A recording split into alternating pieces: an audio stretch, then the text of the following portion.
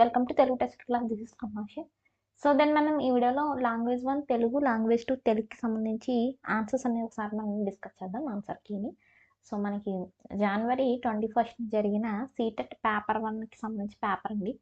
So మనకి ఇక్కడ ఇది ఏదైతే మనకి ఇక్కడ నేను ఎక్స్ప్లెనేషన్ ఇస్తున్నానో ఇది కంప్యూటర్ స్క్రీన్ అయితేనే కొంచెం మనకి నీట్గా ఉంది. బికాజ్ ఇది స్టూడెంట్ నాకు సెండ్ చేసిన కాపీ అండి. ఇది మనకి డిజిటల్ స్క్రీన్ కన్నా కంప్యూటర్ స్క్రీన్లో కొంచెం నీట్గా కనిపిస్తుంది. చూడండి ఆన్సర్స్ చెప్పుకుంటూ వెళ్తాను. ఫస్ట్ మనకి పారాగ్రాఫ్ క్వశ్చన్ చూద్దాం. లాంగ్వేజ్ 1 తెలుగు. ఒకవేళ మీరు లాంగ్వేజ్ 2 తెలుగు తీసుకుంటే కనుక మీరు వీడియో స్కిప్ చేసేయండి. వీడియో స్కిప్ చేసి వెళ్ళండి. మీకు లాస్ట్లో ఉంటుంది లాంగ్వేజ్ 2 తెలుగుకి సంబంధించి ఆన్సర్కి.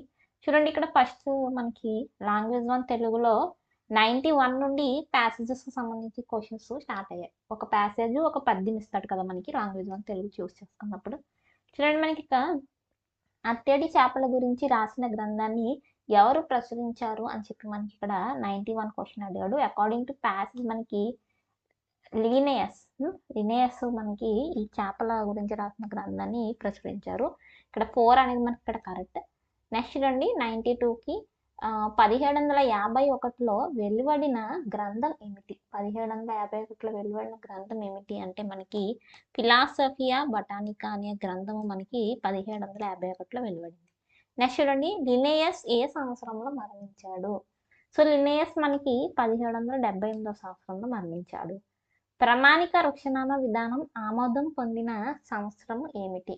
సో ప్రామాణిక వృక్షనామ విధానం ఆమోదం పొందిన సంవత్సరం 1905 అండి. 1905లో మనకి ఇది ఆమోదం అయితే పొందింది. Option 1 is the correct. Screen మీద చూస్తున్నారు కదా, మన ఛానల్ యాప్లో టెట్, డిఎస్సి, సీటెట్కి సంబంధించి ఆన్లైన్ క్లాసెస్ అందుబాటులో ఉన్నాయండి. సో ఆఫర్స్ కూడా అవైలబుల్ ఉన్నాయి. Telangana DSC, Andhra Pradesh TET DSC classes మీద. సో ఎవరైనా ఇంట్రెస్ట్ ఉంటే తప్పకుండా జాయిన్ అవ్వండి. యాప్ లింక్ అనేది నేను డిస్క్రిప్షన్లో ఇచ్చాను. లేదా మీరు డైరెక్ట్ గూగుల్ ప్లే స్టోర్ నుండి మన ఛానల్ నేమే తెలుగు టెస్ట్ క్లాస్ యాప్ని డౌన్లోడ్ చేసుకోండి. ఫ్లోరా లపోనికా గ్రంథం ఎప్పుడు వెలువడింది అని చెప్పి మనకి ఇక్కడ క్వశ్చన్ అయితే 95 క్వశ్చన్కి ఆన్సరు 1737 ఆప్షన్ 2. నెక్స్ట్ చూడండి 1735లో లినేయస్ వెలువరించిన గ్రంథము ఏమిటి? లినేయస్ వెలువరించిన గ్రంథం వచ్చేసరికి Systema Naturae. Option 1 is the correct answer. Next చూడండి పెట్రూస్ ఆర్టరీతో పరిచయం ఏ సంవత్సరంలో ఏర్పడింది?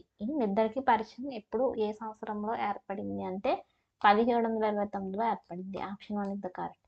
నెక్స్ట్ చూడండి ప్రాచార్య పదవిని ఏ సంవత్సరంలో పొందాడు? ప్రాచార్య పదవిని అతను ఏ సంవత్సరం పొందాడండి? 1741. లావ్లాండ్ అడవుల్లో లినేయస్ వెళ్ళింది ఎప్పుడు? సో లావ్లాండ్ అడవుల్లోకి లినేయస్ ఎప్పుడు వెళ్ళాడంటే 1732లోకి వెళ్ళాడు. Option 2 is the correct.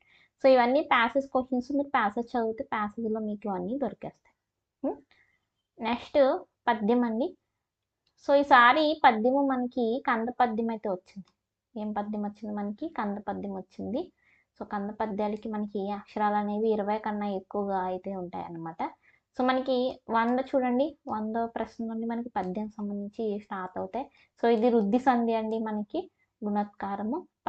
పద్యంలోని ఛందస్సు వచ్చేసరికి కంద పద్యం ఇది.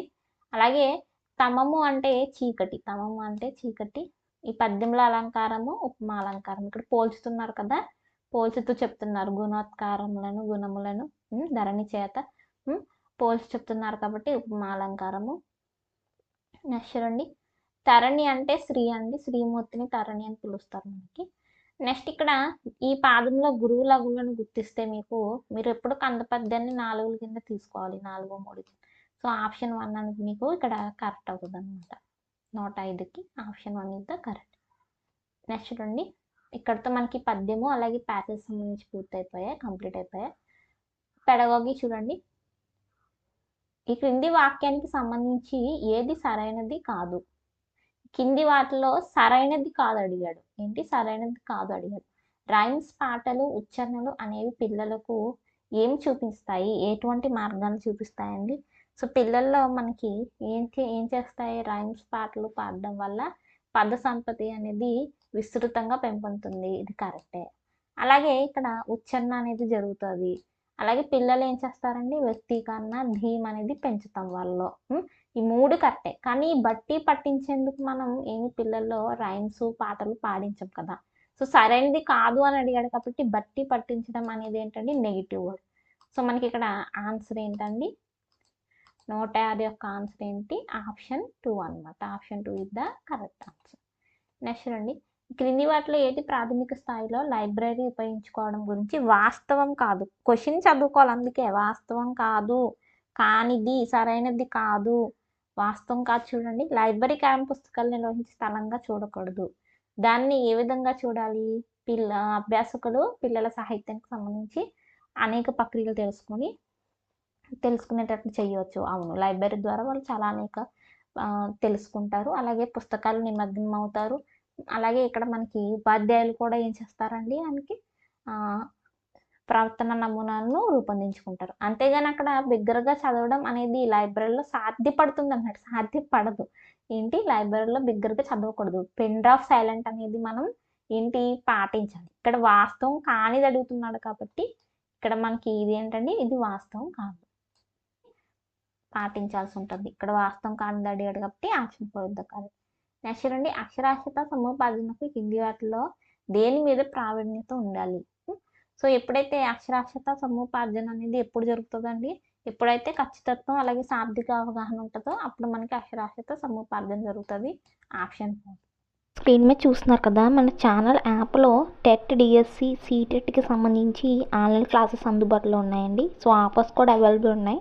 Telangana DSC, Andhra Pradesh TET DSC classes మీద. సో ఎవరైనా ఇంట్రెస్ట్ ఉంటే తప్పకుండా జాయిన్ అవ్వండి. యాప్ లింక్ అనేది డిస్క్రిప్షన్లో ఇచ్చాను. లేదా మీరు డైరెక్ట్ గూగుల్ ప్లే స్టోర్ నుండి మన ఛానల్ నేమే తెలుగు టెట్ సిటీ క్లాస్ యాప్ని డౌన్లోడ్ చేసుకోండి. వ్యాకరణం సత్యవంతంగా చెప్పడంలో ఈ క్రింది వాటిలో ఏది సరైనది కాదు? సరైనది కాదు అడిగాడండి. సరైనది కాదు ఏమిటి అంటే, మీరు ఇక్కడ చూడండి, పిల్లల్లో సమాచారాన్ని సమర్థించడం, వ్యాకరణ సూత్రాలు వెలికి తీయడం, అభ్యాసాన్ని అందించడం, ఈ 3 కూడా ఏంటి పాజిటివ్ వర్డ్స్. బట్ ఇక్కడ బట్టి పట్టించకూడదు. ఏంటి, పిల్లల చేత బట్టి పట్టించడం అనేది చేయకూడదు అనమాట. సో మనకి ఇక్కడ సరైనది కాదు అడిగాడు కాబట్టి ఆప్షన్ 4 అనేది మనకి ఇక్కడ కరెక్ట్ అవుతుంది. పాజిటివ్ నెగిటివ్ వర్డ్స్లో చెప్పానండి నేను, బట్టి పట్టించడం అనేది మీరు నెగిటివ్గా తీసుకోవాలని ఆప్షన్. నెక్స్ట్ అండి, అక్షరాలను శబ్దాలకు మధ్య సంబంధాన్ని నొక్కి చెప్పే అక్షరాస్యత పద్ధతిని ఏమని చెప్తారు? సార్, పోనిక్ పద్ధతి. పోనిక్ బోధనలో మనం ఏం చేస్తామంటే అక్షరాలకు శబ్దాలకు మధ్య సంబంధాన్ని నొక్కి చెప్తాం అనమాట. సో మనం ఇక్కడండి పోనిక్ మెథడ్ ఆప్షన్ 4 అనేది కరెక్ట్.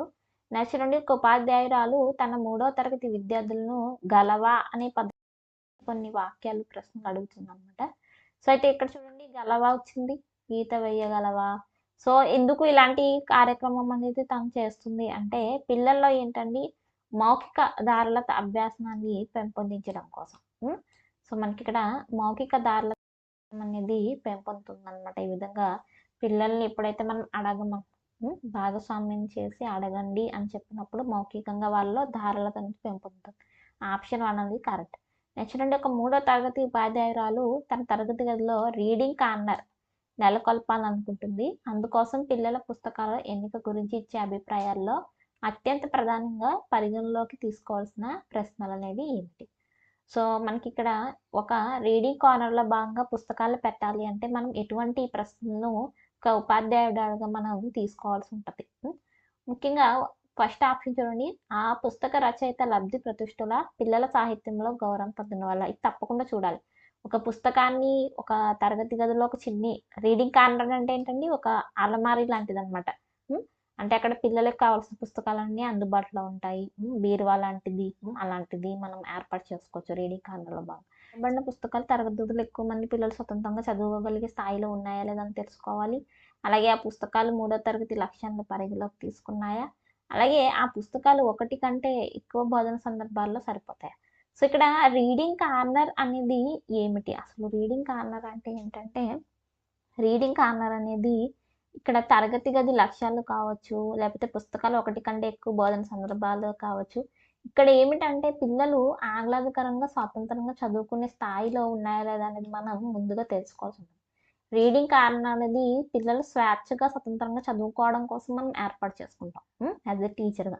సో అందుకే ఇక్కడ రీడింగ్ కార్నర్ విషయంలో ముందు అత్యంత ప్రధానంగా పరిగణలోకి ముఖ్యంగా ముందు తీసుకోవాల్సింది ఏంటండి, వాళ్ళు సొంతంగా చదవగలరా లేదా, అంటే సొంతంగా చదివే విధంగా పిక్చర్స్తో చాలా సింపుల్ లెటర్స్తో ఉండే బుక్స్ని మనం ముందు ఎంచుకోవాలి కదా. సో అందుకే ఇక్కడ ఆప్షన్ 2 అనేది మనం కరెక్ట్. ఇవన్నీ కరెక్టే, 4 కరెక్టే. కానీ ముఖ్యంగా అత్యంత ప్రధానం ఏంటంటే ఫస్ట్ ఇది మనం చూస్ చేయాలి. పిల్లలు చదవగలడా లేదా? క్లిష్టంగా ఉందా ఏమిటి? వాడు స్వతంత్రంగా కూర్చుని చదువుకునే కెపాసిటీ ఉండే బుక్ ఉందా లేదా అనేది ముందు మనం చూసుకోవాలి. కాబట్టి ఆప్షన్ 2 అనేది మనకి కరెక్ట్ అవుతుంది. నిజ జీవిత సందర్భంలో భాషను ఉపయోగించడం అనేది అభ్యాసకుడి ప్రధాన లక్ష్యం వైపు సిద్ధం చేసే పద్ధతిని ఏమంటారండి? సో భావ ప్రసార పద్ధతి. నిజ జీవితంలో మనం భావాలను ప్రసారించడం ద్వారానే మనం వ్యక్తపరుస్తాం. ఆప్షన్ 2 అనేది మనకి ఇక్కడ కరెక్ట్ అవుతుంది. నెక్స్ట్ నుండి ఒక ఉపాధ్యాయుడు తన అభ్యాసకుడిని తమ వర్క్ పుస్తకాలు మార్చుకోమని, ఆ తర్వాత తమ భాగస్వాములు రాసిన దాన్ని పరిశీలించమని చెప్తున్నాడు. ఏవైతే వర్క్ బుక్స్ ఉంటాయో ఒకళ్ళకొకళ్ళు మార్చుకుని తర్వాత పరిశీలించమని చేస్తున్నాడు.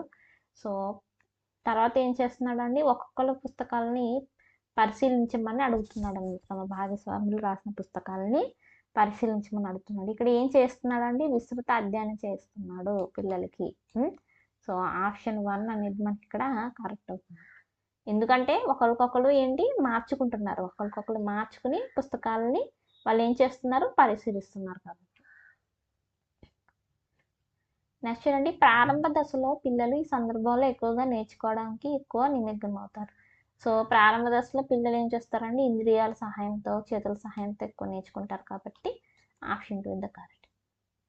ఖచ్చితంగా ఉండడం కోసం నేను చేసిన పని చివరిసారి మళ్ళీ సరి చేసుకుంటాను. సో ఏదైనా ఒక పని చేస్తున్నప్పుడు మళ్ళీ సరిదిద్దుకుంటాను అని చెప్పి ఒక 5వ తరగతి విద్యార్థి చేస్తున్నారు.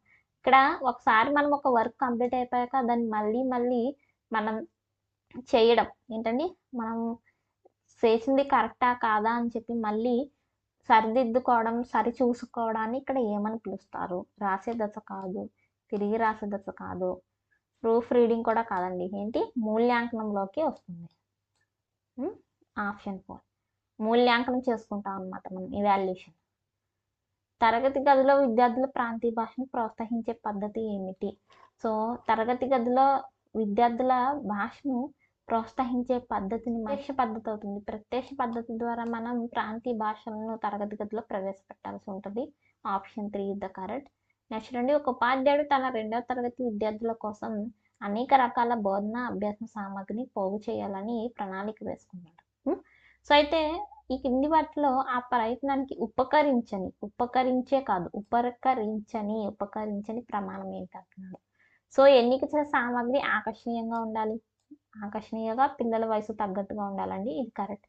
అలాగే ఎన్నిక చేసే సామాగ్రి విద్యార్థుల్లో ఆసక్తిని శోధించడానికి, ప్రయోగం చేయడానికి సరిపోయే అవకాశాలను కల్పించాలి అంటున్నాడు. అలాగే ఎన్నిక చేసే సామాగ్రి ప్రాంతీయంగా అందుబాటులో ఉండాలి. అలాగే అందువల్ల ఆ సామాగ్రిని మార్చుకోవడం సులభతరం. ఎన్నిక చేసే సామాగ్రి పిల్లల చేత చేయబడినదై ఉండాలి, జారిపోకుండా ఉండేందుకు కొంత గరుకుదనం ఉండాలి. సో ఇక్కడ 2వ తరగతి పిల్లలు అంటే అసలు పిల్లల చేత మనం ఏం తయారు చేస్తాం, తయారైతే చేయించాం, ఇది నెగిటివ్ వర్డ్. మ్యాక్సిమం పిల్లలకి తయారు చేయించకూడదు. 1 to క్లాసెస్ అంటే ఏదైనా సరే సామాగ్రి అనేది మ్యాక్సిమం మనం తయారు చేయాలి. బోధన సామాగ్రి అనేది విద్యార్థుల కోసం మనం తయారు చేసేది కాబట్టి ఇక్కడ పిల్లల చేత తయారు చేయాలి. సో ప్రాంతాల్లో అందుబాటులో ఉండే విధంగా చూడాలి, అలాగే తక్కువ ధరతో కూడిందే ఉండాలి, అలాగే ముఖ్యంగా విద్యార్థుల్లో శక్తి సామర్థ్యాన్ని పెంపొందించే విధంగా కూడా ఉండాలి. ఈ 3 కూడా మనకి కరెక్టే. సో ఇక్కడ ఉపకరించిన ప్రమాణం అన్నాడు కాబట్టి ఇది అంత ఇంపార్టెంట్ కాదు. పిల్లల చేతే పిల్లలే తయారు చేసుకురావాలి, ఉపాధ్యాయుడు చేయకూడదు అని కాదండి. ప్రైమరీ 1 to 2వ తరగతి, ఇక్కడ 5వ తరగతి అంటే మేబీ ఇది కరెక్ట్ అవుతుంది. బట్ ఇక్కడ 2వ తరగతి అంటే పిల్లవాడు అసలు టీఎల్ఎం తయారు చేయడు, అప్పుడే స్కూల్కి ఫస్ట్ నుండి సెకండ్కి వచ్చాడు అంటే మనం తయారు చేసిన వాటినే వాడు ఉపయోగించుకుంటాడు. సో ఆప్షన్ 4 అని మనకి ఇక్కడ కరెక్ట్. నెక్స్ట్ అండి, ప్రతి విద్యార్థి సామర్థ్యాల సాధనకు జాతీయ కరికులం ఫ్రేమ్వర్క్లో చూపించినట్లుగా కలుపుకుపోయే ఆహ్వానించదగిన ఉత్సాహపూరిత వాతావరణం ఏ విధంగా సాధించవచ్చు? అన్ని రంగాల్లో కూడా పిల్లల పనులను అన్ని అభివృద్ధి రంగాల్లో ప్రదర్శించడం ద్వారా జాతీయ కరికులం ఫ్రేమ్వర్క్ మనం సాధించవచ్చు అనమాట. సో అన్ని రంగాలు అంటే అన్నీ వచ్చేస్తాయి. ఆరోగ్యం వచ్చేస్తుంది, తరగతి గదులను అలంకరించడం వచ్చేస్తుంది, సంక్షేమం వచ్చేస్తుంది. సో ఇవన్నీ కూడా వచ్చేస్తాయి. పిల్లల పనుల అభివృద్ధికి సంబంధించి పిల్లల యొక్క ప్రతిదీ కూడా అవుట్డోర్ ఇండోర్ ఎవ్రీథింగ్ మనం శ్రద్ధ చూపిస్తామో అప్పుడు ఆటోమేటిక్గా ఉత్సాహపూరితమైన వాతావరణం అనేది అభివృద్ధి అయితే సాధించవచ్చు అనమాట. So option 3 is the correct. ప్రాథమిక దశలో వార్షిక పుస్తక రూపకల్పనకు కింది వాటిలో ఏది సూత్రం కాదు? సో మనకి పాఠ్య ప్రణాళిక సూత్రం ఉంటుంది, సమర్పణ సూత్రం ఉంటుంది, అలాగే సాంకేతిక సూత్రం ఉంటుంది. నిర్దిష్ట సూత్రాన్ని మనం ప్రాథమిక తరగతి గదుల్లో ఉపయోగించాం. Option 3 is the correct. So ఇప్పుడు లాంగ్వేజ్ 2 తెలుగుగా తీసుకున్న వాళ్ళకి కీ అనేది ఎక్స్ప్లెనేషన్ ఇస్తాం. పేపర్ సెండ్ చేయాలని తెలియట్లేదండి ఎవరికి. ఎప్పుడైనా సీటెట్ ఎగ్జామ్స్ అయిపోతే ముందు క్వశ్చన్ పేపర్స్ నీట్గా సెండ్ చేయడానికి ట్రై చేయండి. నాకు ఎగ్జామ్ అయిన కాడ నుండి ఇదే కీ పెట్టండి అనే వాళ్ళే కానీ ఎన్ని క్వశ్చన్ పేపర్ సెండింగ్ కూడా మనకి కొంచెం నీట్గా ఉన్నదే నేను ఇక్కడ మీకు ఎక్స్ప్లెనేషన్ ఇస్తున్నాను. పాపం చాలామంది సెండ్ చేశారు, కానీ ఏంటంటే మనకి సరిగ్గా క్లారిటీగా సెండ్ చేయలేదన్నమాట. ఇది మేడము మరి సార్ తెలీదు నాకు, వీళ్ళు మంచిగా సెండ్ చేశారు. చూడండి ఇక్కడ 121కి సంబంధించి క్వశ్చన్కి ఆన్సర్ చూడండి. 1 క్వశ్చన్స్ ఆన్సరు ఆప్షన్ 1. నెక్స్ట్ కుందమాల నాటకకర్త ఎవరు అంటే మనకి ధీర నాగుడు. ఆప్షన్ 3. నాగవందనము ఎవరి రచన? ఆప్షన్ 2 అండి, శ్రీహర్షుడు రచించాడు. నెక్స్ట్ 124 చూడండి. సో భవభూతి ఏ శతాబ్దం వాడు? భవభూతి ఏ శతాబ్దం వాడు అంటే 8వ శతాబ్దం వాడు. అలాగే భాస మహాకవి ఏ శతాబ్దం వాడు అంటే 3వ శతాబ్దం వాడు. నెక్స్ట్ చూడండి 126 రాజశేఖర కవి రచించాడండి కర్త. అలాగే ముద్ర రాక్షస నాటకకర్త ఎవరు అంటే విశాఖ దత్తుడు అనమాట. నెక్స్ట్ లాస్ట్ 128కి సంబంధించి మనకి చూడండి శూద్రకుడు, శూద్రక మహాకవి ఈ రచన చేశారు మత్స్యకటకము. సో ఇక్కడతో కంప్లీట్ అయిపోయాయి. ఇంకో ప్యాసేజ్ ఉంటుంది కదా, మీకు ఇంకో ప్యాసేజ్ సంబంధించి చూడండి క్వశ్చన్స్. సో దీనికి ఆప్షన్ 2 కరెక్ట్. తెలుగులో స్వతంత్ర రూపకాన్ని రచించిన వారు, దీనికి ఆప్షన్ 2. శ్రీజరు చరిత్రమును రచించిన వాళ్ళు ఎవరు అంటే మనకి ఈయన అనమాట, వాసుదేవ శాస్త్రి. వీరేశలింగం పంతులు గారిపై అసలు ఎవరు ప్రభావం అనేది మనకి ఎక్కువగా ఉంది అంటే వాసుదేవ శాస్త్రి గారు. వాసుదేవ శాస్త్రి గారి ప్రభావం అనేది మనకి ఈయన మీద ఎక్కువగా ఉందన్నమాట వీరేశలింగం. సో ప్యాసేజ్ ఇక్కడ దొరికిస్తుంది, ప్రభావం ఎక్కువగా ఉందని చెప్పి. నెక్స్ట్ అండి నందక రాజ్యం ప్రచురితమైన సంవత్సరం ఏమిటి? నందక రాజ్యం మనకి 1880లో ప్రచురితమైంది.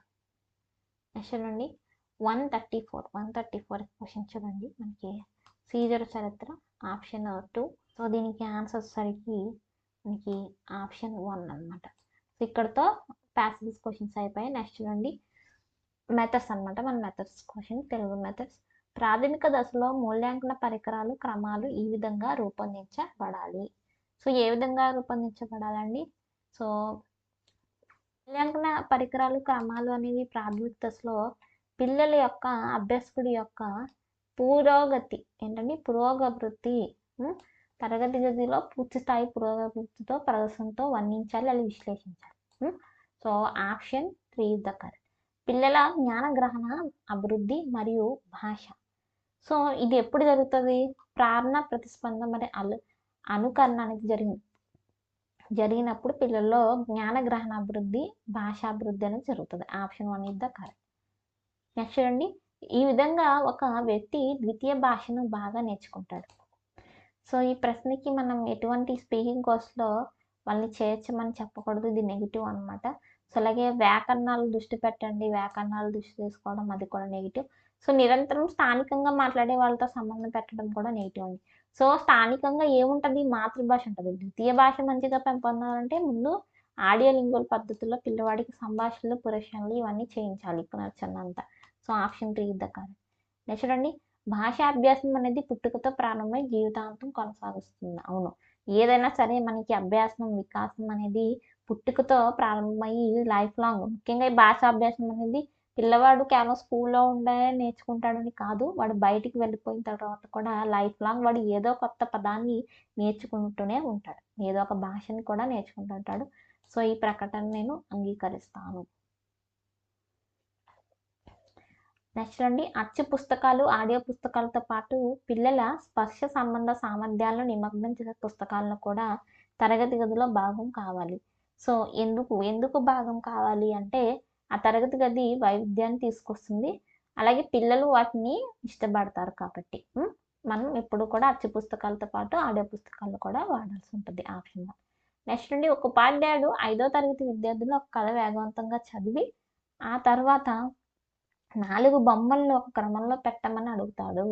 ఈ కార్యకల్ప ప్రయత్నం ఏమిటి? సో, ఇలాగా బొమ్మల కార్డులను మనం పిల్లలకి క్రమంలో ఉంచడం ద్వారా పిల్లల్లో ఏం జరుగుతదంటే ఒక సంగ్రహం అంటే ఆర్డర్ అనేది వాళ్ళలో ఏంటంటే డెవలప్ అవుతుంది. ఆర్డర్ ప్రకారం ఒక కథ అనేది ఎలా చదవాలి, ఏమిటి అన్నది వాళ్ళలో డెవలప్ అవుతది కాబట్టి ఇక్కడ సంగ్రహం కోసం చదవటంలో వాళ్ళకి తర్ఫీదు ఇవ్వడం అనేది జరుగుతుందనమాట ఆప్షన్ 2. నెక్స్ట్ అండి, ఈ తరహా పాఠ్యానికి కొన్ని అభ్యసన లక్ష్యాలు, కార్యకలాపాలు ఉంటాయి. హ్మ్. అయితే అభ్యాసకులు వాచకాన్ని ఏకాగ్రతతో వివరంగా చదవాల్సి ఉంటుంది. సో, పర్యవేక్షిత పఠనం, చిన్న పఠనంలో మనం ఏం చేస్తామండి, వాచకాన్ని ఏకాగ్రతతో చదువుతామనమాట. ఏకాగ్రత పెట్టి చదువుతాం. అది ఇక్కడ మనకి సుఖ పఠనం అన్నా, విస్తృత పఠనం అన్నా అంటాం. ఇది ఏంటి, మనం ప్రత్యేకంగా లక్ష్యాల కోసం, కార్యకలాపాల కోసం ఇవి ఉపయోగించరు. ఎందుకు ఉపయోగిస్తారండి విస్తృత మరియు సుఖ పఠనాన్ని? మనం ప్లెజర్ కోసం అంటే నవలలు ఉంటాయి కదా! జోక్స్ ఇవన్నీ చదువుతారనమాట. సో, పర్యవేక్షిత చిన్న పఠనంలో మాత్రం ప్రత్యేక లక్ష్యాలు అలాగే కార్యకలాపాలు ఉంటాయి. హ్మ్. ఆప్షన్ 3. నెక్స్ట్ అండి, ఉపాధ్యాయులు ఇచ్చిన వాక్యాలను పునర్చన చేయడం ద్వారా విద్యార్థులు భాషా పద్ధతులను నేర్చుకుంటారు. అయితే వాళ్ళు పదబంధాలను బట్టి పట్టడం, ఉపాధ్యాయుల నుండి సానుకూల పద్ధతిని గ్రహించడం అనేది ప్రత్యక్షంగా డ్రిల్‌లు లేదా సరిగ్గా ప్రదర్శించినప్పుడు పొందుతారు. సో, ఇక్కడ ఏంటంటే డ్రిల్ ప్రదర్శించేది ఎప్పుడు కూడా ఏమవుతది, పూర్ణ భౌతిక స్పందన అవుతదండి మనకి. టోటల్ ఫిజిక్ టోటల్ ఫిజికల్ రెస్పాన్స్‌లని మనం పిల్లలకి డ్రిల్లులు ఇస్తూ ఉంటాం తరగతి గదిలో. So, option 3 the correct. అభ్యాసకులు వ్యాకరణ సూత్రాలను, పదాలను బట్టి పడుతున్నారు. తమ మాతృభాషలో చాలా పని చేశారు. ఈ తరగతి గదిలో ఉపాధ్యాయురాలు ఉపయోగించే పద్ధతి ఏంటి? సో, ఇక్కడ ఏం చేస్తున్నారండి, తరగతి గదిలో బట్టి పట్టించడం జరుగుతుంది. అంటే ఏం జరుగుతుంది, ఇక్కడ తరగతి గదిలో వ్యాకరణ అనువాదం అనేది జరుగుతుంది. వ్యాకరణ అనువాదం జరిగితేనే పిల్లలు బట్టి పడతారు. అలాగే వాళ్ళు సహజంగా నేర్చుకుంటే అది సహజ పద్ధతి అవుతుంది. హ్మ్. కానీ ఇక్కడ వ్యాకరణాన్ని ఏం చేస్తున్నారండి, అనువాదించేస్తున్నారు. ఎలా ఉన్నదో అలా చెప్పేయడం ద్వారా సూత్రాలు వాళ్ళు ఏం చేస్తున్నారు, ఇలాంటి వ్యాకరణాలను వాళ్ళు ఏం చేస్తున్నారు, విద్యార్థులు బట్టి పట్టేస్తున్నారు. నెక్స్ట్ నుండి, పిల్లలు తమ చుట్టూ ఉన్న 2 భాషలు వింటూ ఉన్నట్లయితే జరిగేది ఏమిటి? స్క్రీన్ మీద చూస్తున్నారు కదా, మన ఛానల్ యాప్లో టెట్, డిఎస్సి, సీటెట్కి సంబంధించి ఆన్లైన్ క్లాసెస్ అందుబాటులో ఉన్నాయండి. సో, ఆఫర్స్ కూడా అవైలబుల్ ఉన్నాయి. Telangana DSC, Andhra Pradesh TET, DSC classes మీద. సో, ఎవరైనా ఇంట్రెస్ట్ ఉంటే తప్పకుండా జాయిన్ అవ్వండి. యాప్ లింక్ అనేది డిస్క్రిప్షన్లో ఇచ్చాను. లేదా మీరు డైరెక్ట్ గూగుల్ ప్లే స్టోర్ నుండి మన ఛానల్ నేమే తెలుగు టెట్ సిటీ క్లాస్ యాప్ని డౌన్లోడ్ చేసుకోండి. పెద్ద తేడా ఏమీ ఉండదు. వాళ్ళ ఇవి 2 నెగెటివ్ అవుతుంది. సో, ఉంచబడతారు కాదు, పెట్టబడతారు. అనుకూల పరిస్థితుల్లో పెట్టబడతారు ఆప్షన్. నెక్స్ట్ నుండి, పట్టణంలో పెద్ద సవాళ్ళు ప్రేరణ పొందడం మరియు మంచి పిల్లల సాహిత్యాన్ని కనుగొనడం. ఈ సవాళ్ళను అధిగమించడానికి ఒక ఉపాధ్యాయుడిగా మీరు ఏం చేయాలంటే పిల్లల ఆసక్తిని ప్రోత్సహించాలి. అందుకు తగ్గట్టు పిల్లల సాహిత్యాన్ని అందుబాటులో ఉంచాలి. ఆప్షన్ 3. ప్రాథమిక స్థాయిలో పఠన నైపుణ్యాన్ని మూల్యాంకనం చేయడంలో ఒక భాషా ఉపాధ్యాయుడు ఎక్కువగా దృష్టి పెట్టాల్సింది. ముందు పిల్లలకి అక్షరాలు సరిగ్గా నేర్పించాలండి ప్రాథమిక స్థాయిలో. ఇక్కడ ఎప్పుడైతే పిల్లడికి అక్షరాల నుండి గుర్తించడం నేర్పిస్తామో, ఆ తర్వాత వాడికి కింద ఈ 3 కూడా వస్తాయి. ఫస్ట్ ఇది చేయాలి ప్రాథమిక స్థాయిలో. So, option 1. ఒక మంచి భాషణ కార్యకలాపంలో ఇది జరుగుతుంది. ఒక మంచి భాష తరగతి గదిలో పిల్లలు ఎక్కువగా మాట్లాడతారు. అభ్యాసకులు ఎక్కువ మాట్లాడుతున్నారంటే అక్కడ మంచి కార్యకలాపం జరుగుతుందనమాట, భాషణ కార్యక్రమం. నెక్స్ట్ నుండి, పాఠ్యాంశాన్ని మొదలుపెట్టేటప్పుడు ఉపాధ్యాయురాలు విద్యార్థులను బృందాలుగా విడగొట్టి తర్వాత వార్తాపత్రికలు వాళ్ళ చదివిన వ్యాసం గురించి మాట్లాడమని చెప్తారు. సో, బృందాలుగా విడగొట్టి అక్కడ వార్తాపత్రికలు ఇచ్చి వాళ్ళు ఏం చదివారో దాన్ని మాట్లాడిస్తుంది కాబట్టి ఇక్కడ ఏం జరుగుతుందండి, మౌఖిక ధారాలతో అభ్యాసం అనేది జరుగుతుంది. నెక్స్ట్, సంపూర్ణ భాషా పద్ధతి అనేది ఏమిటి? సో, సంపూర్ణ భాషా పద్ధతిలో ఎప్పుడు కూడా శబ్దం ప్రతీక సంబంధాన్ని వహిస్తుందన్నమాట. Option 4 is the correct. So, ఇది ఓవరాల్‌గా మొత్తం మనకి సీటెట్ తెలుగు పేపర్ లాంగ్వేజ్ 1 అలాగే లాంగ్వేజ్ 2కి సంబంధించిన